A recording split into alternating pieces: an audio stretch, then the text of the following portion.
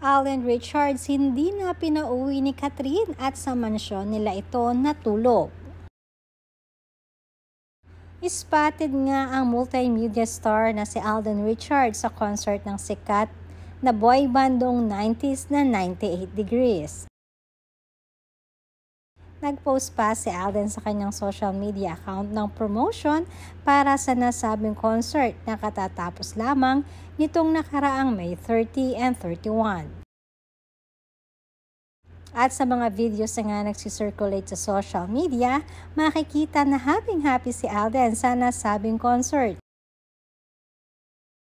Kasama nga ni Alden ang ilan sa mga malalapit niyang kaibigan. Ayon naman sa aming source, sa isa din di umano si Alden sa producer ng nasabing concert. Samantalang si Catherine naman ay busy pa din dahil sa semifinals ng Pilipinas Got Talent.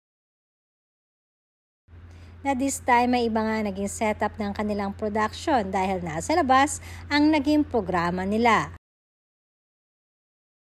Na halos ay pagkaguluhan nga si Catherine ng mga fans habang papasok ito.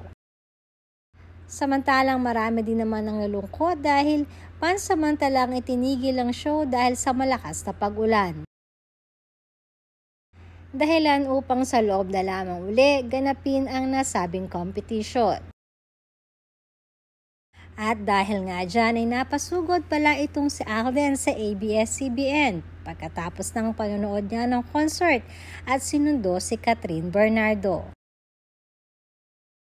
Sinasabing hindi na nga pinauwi pa si Catherine at ni Mami Min si Alden at sa mansyon na nila ito pinatulog. Reaksyon tuloy ng mga netizens na kung pwede daw ay doon na tumira si Alden Richards.